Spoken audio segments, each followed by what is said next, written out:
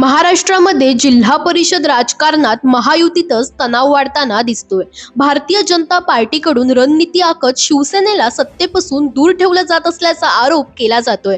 छत्रपती संभाजीनगरमध्ये शिवसेनेचे सदस्य फोडत भाजपने सत्ता स्थापन केली, तर परभणीत राष्ट्रवादी सोबत हातमिळवणी करत शिवसेनेला बाजूला ठेवलं।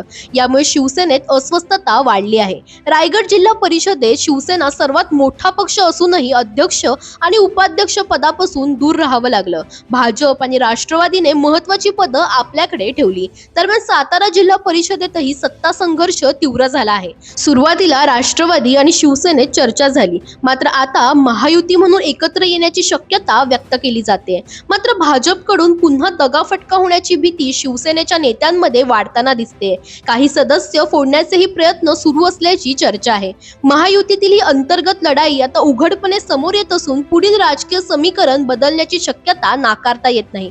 दरम्यान तुम्हाला अशाच अपडेट्स हव्या असतील तर इंडिया लीडरला फॉलो करायला विसरू नका।